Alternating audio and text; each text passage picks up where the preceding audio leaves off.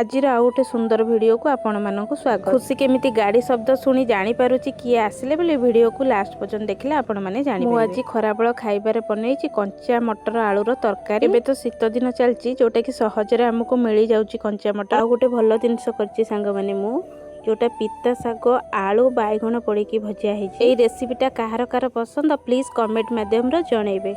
एबे ऑटो नहीं कि मो बापा पळै आसले। पिला माने एते खुशी हो जाउछन जे बापा को पाखो दौड़िकी पळौ। गाड़ी आसीबार शब्द सुनी खुशी जानी पारिला जे अज्जा आसी गले। मो पाखर उठी उंडाली उंडाली बापा को खोजिबारे लागिला। अज्जा कोठी अछंती तांको धरिकी गेल हबो। बापा ताकू धरिकी टिके गाड़ी रे बसाई देले। से पूरा खुशी हो जाए। रास्ता रे केते तो गाड़ी मोटर जाउची किंतु खुशी केमिति जानी पारे कि अज्जा गाड़ी कोउटा मते तो पूरा आश्चर्य लागे। भगवान करंतु सी एमिति सब किछि जानी पारो। हम घर पाखको बिस्कुट वाला मौसा बिस्कुट नेकी आसी गले। से तो खाली बिस्कुट आनंतिनी विभिन्न प्रकार जिनस नेकी आसी थांती। मु सेई बिस्कुट मौसा को पचारली मौसा आपण बिस्कुट कोठु आनुचंती। मौसा कहले मु जगतपुर रो नेकी आसुची। तापरे आउ कोन सांग माने मो मन पसंदर जिनस मु रखिदेली। एबे मु रहूची।